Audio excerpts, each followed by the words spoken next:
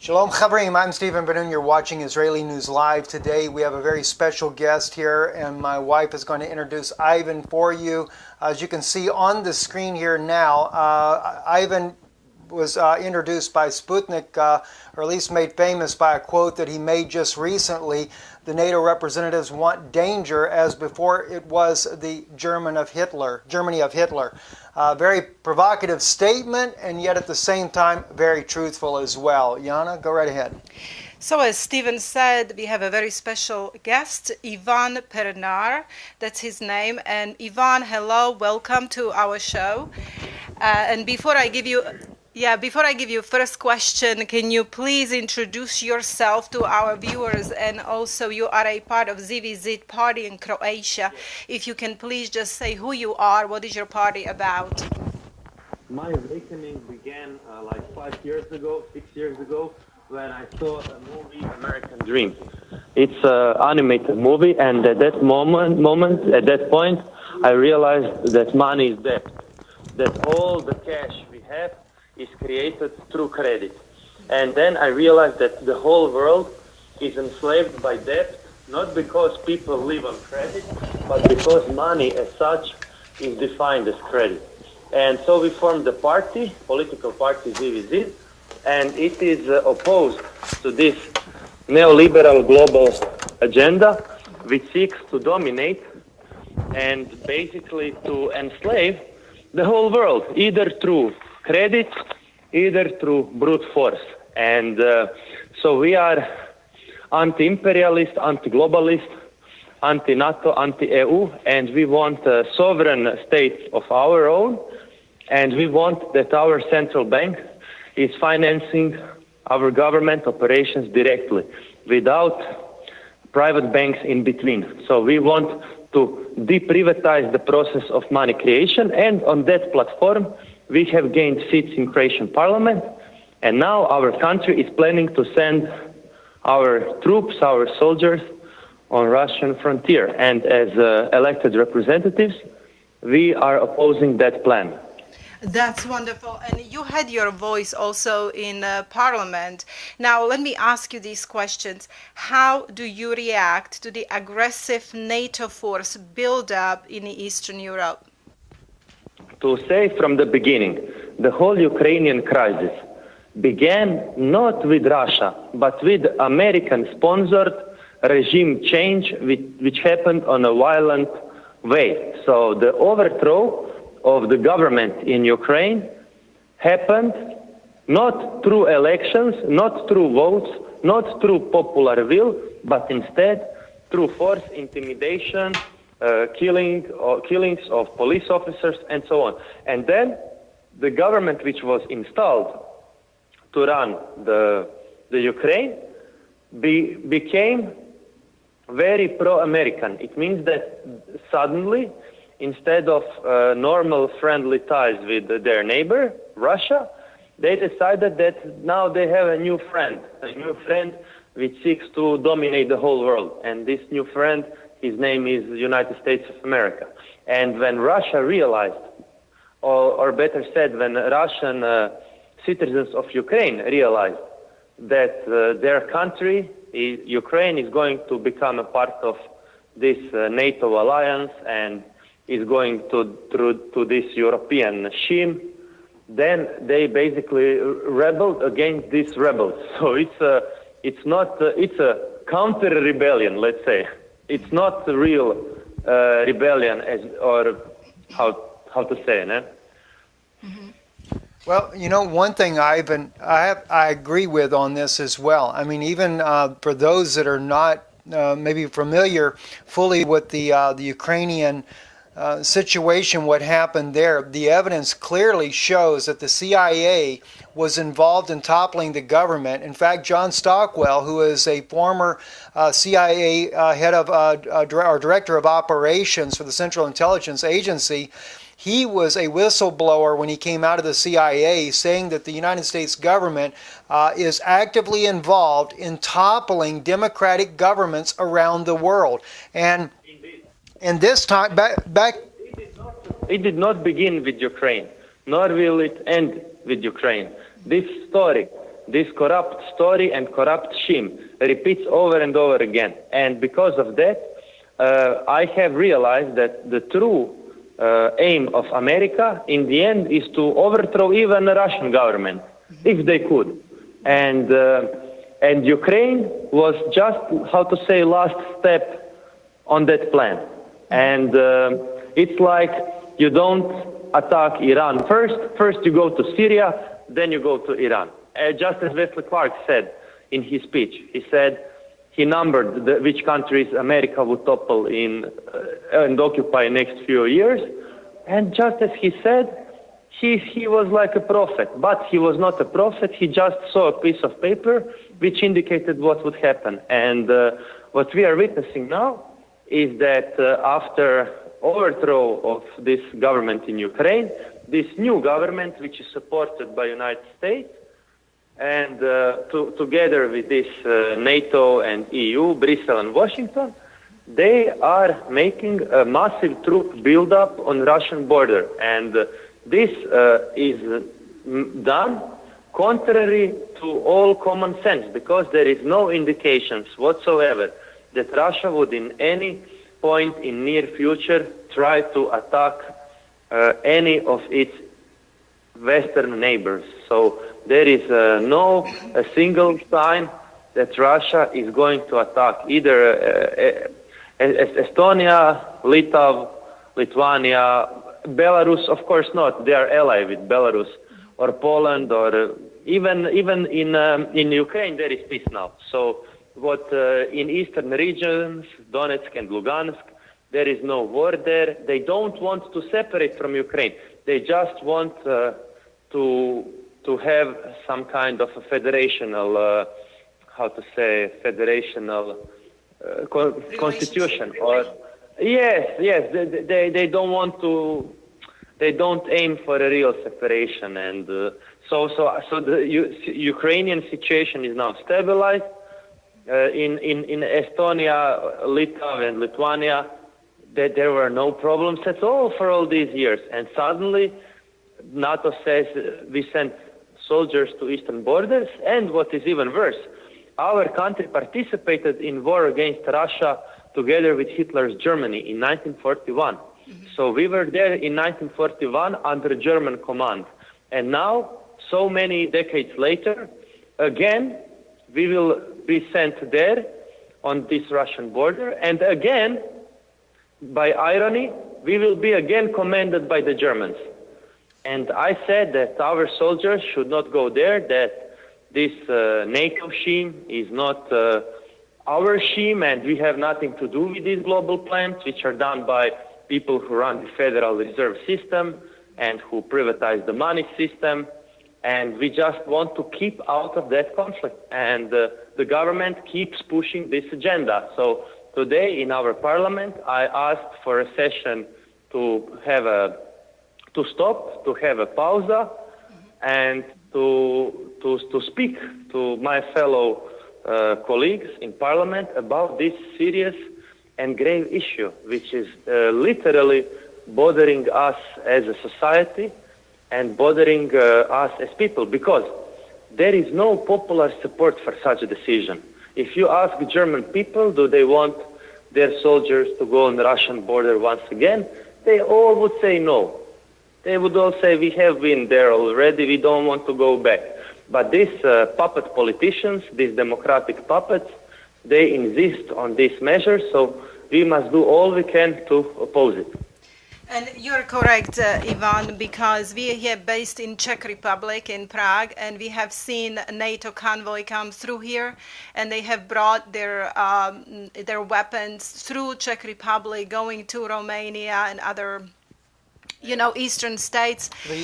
We are also seeing that people of Eastern Europe, because we have seen in 2015 and 2016 a lot of protests against the NATO buildup.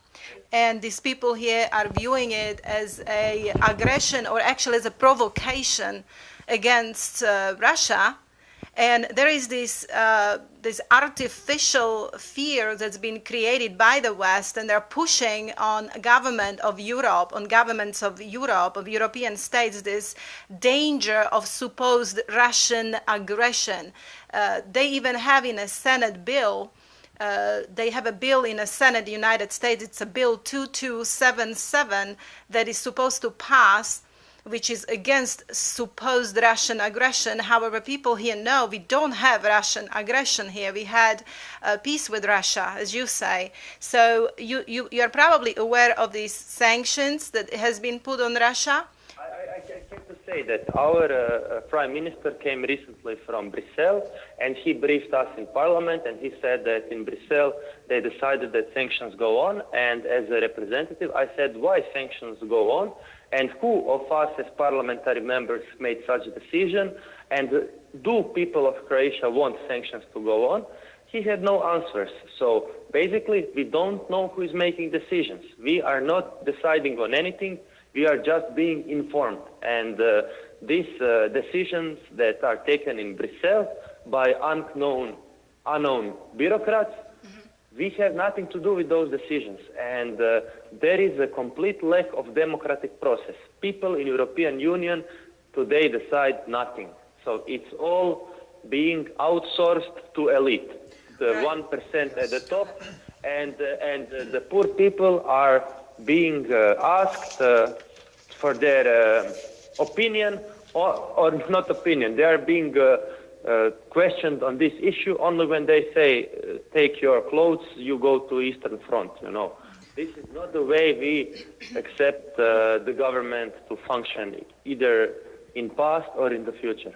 Well, you know, Ivan, what we're seeing ourselves as I'm watching this whole situation unfold, and even as an American citizen myself, I am very much opposed to what the Obama administration is doing here in Europe. Sir, I must stop you. We had a situation that young people from our country, they had, they had received, like who did not do military training, they received a notification to go report themselves to recruiting center, you know. And people said, like, why are we receiving these letters, you know? And now, as things begin to unfold, we see that soldiers are being sent on Russian border, and then you tell me in Czech Republic there is military convoys going to Eastern Front, and suddenly I think that if there would be more participants in this talk, that all the people would notice similar things happening in their own country. And we, as elected representatives of people, must ask what is going on.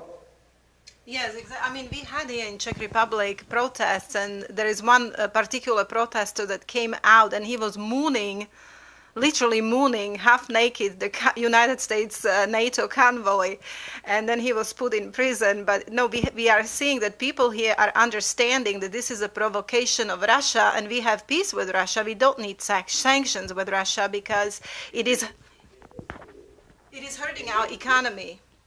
This policy is benefiting no one, except the elite, because elite profits from war. Elite profits from production of weapons, from production of fear, from production of violence, and as you see war as a tragedy, they see a war as a way to get extra profit. So that's in short words. Even just to move on in our interview, what do you think of Syria? Let me tell you, yesterday this news came out of the Western countries that supposedly Russia have bombed a school with 22 children and 6 teachers dying. As we have uncovered here in INL studio, it was all a hoax. But what do you think of the United States' involvement in Syria, and what do you think of Russia's involvement? American involvement in Syria is contrary to international law. There is no either call or approval from the Syrian government for U.S. troops to to come to Syria. So this is basically breaking of international law, and I reject it.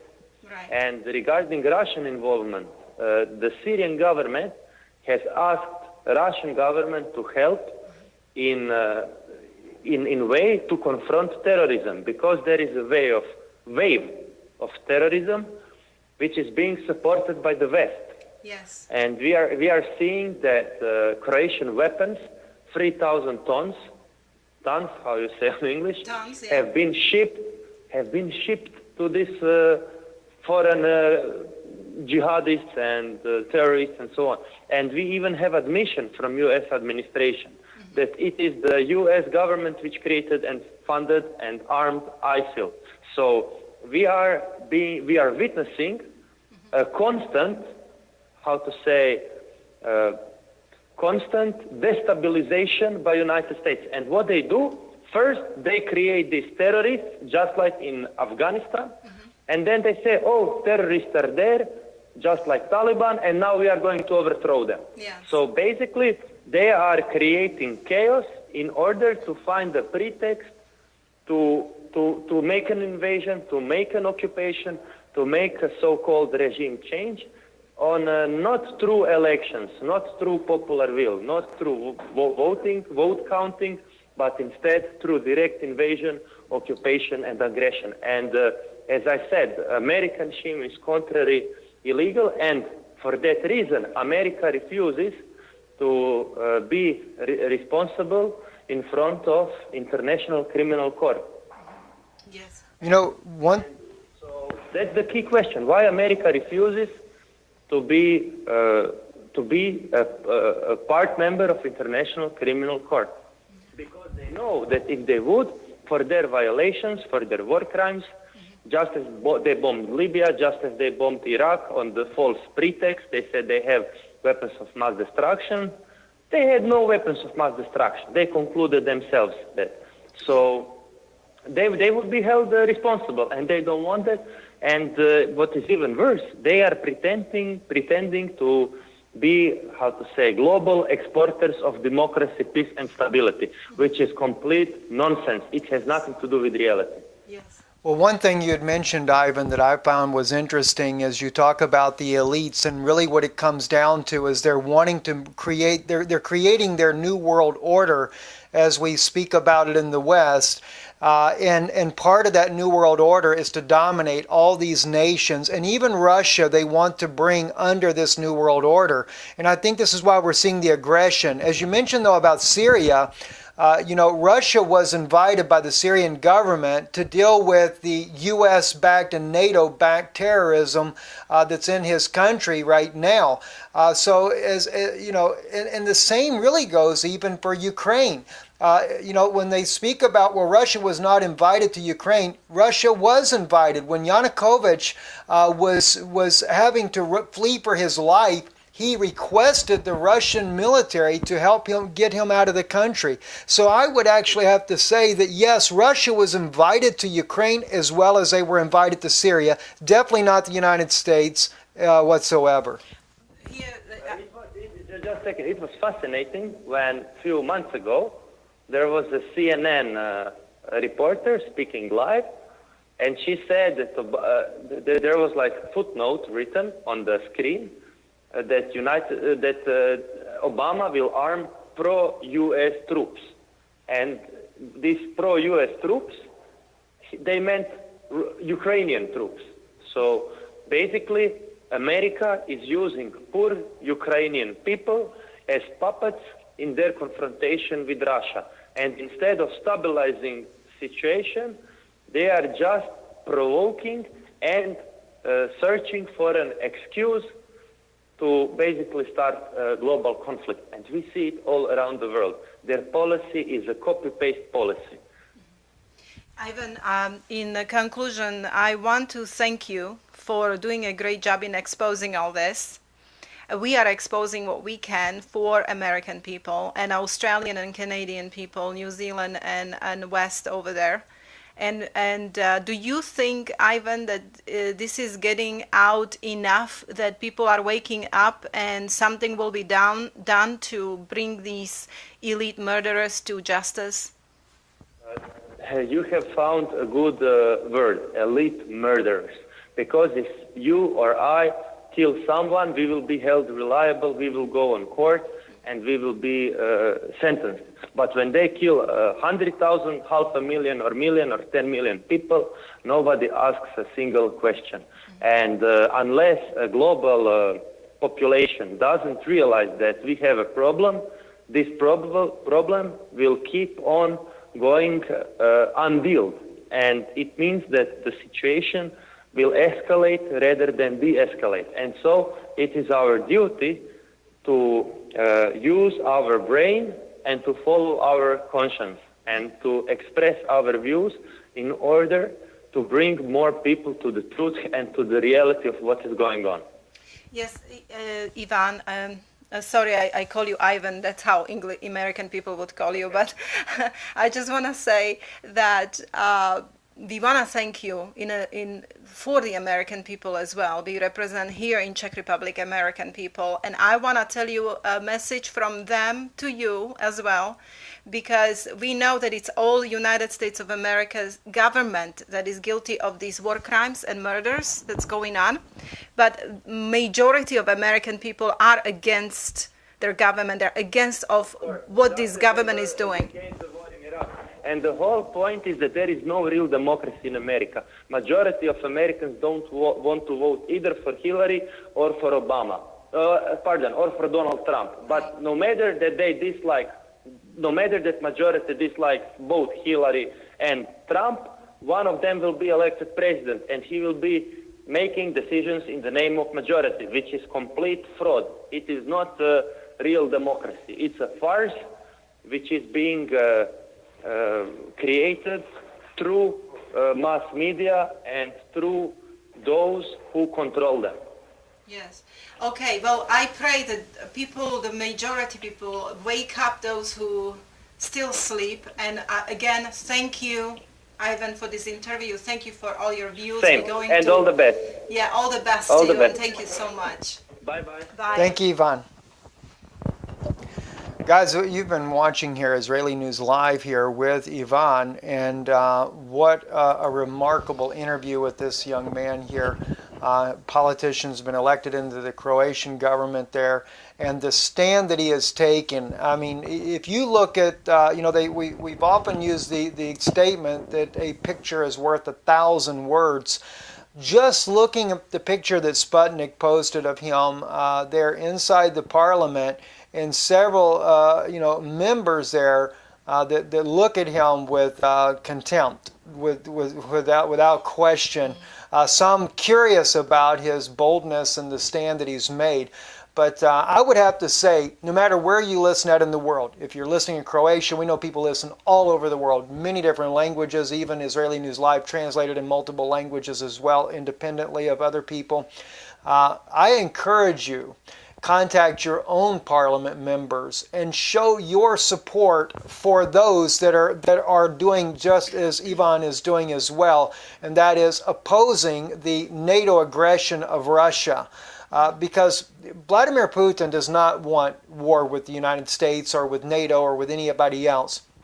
He's only trying to bring peace to the region. And they run around bringing all these Nobel Peace Prizes like they did not too long ago for what they call the white helmets, which is just completely a joke with all the propaganda that they have spewed out only to be found out to be false and to be genuine propaganda.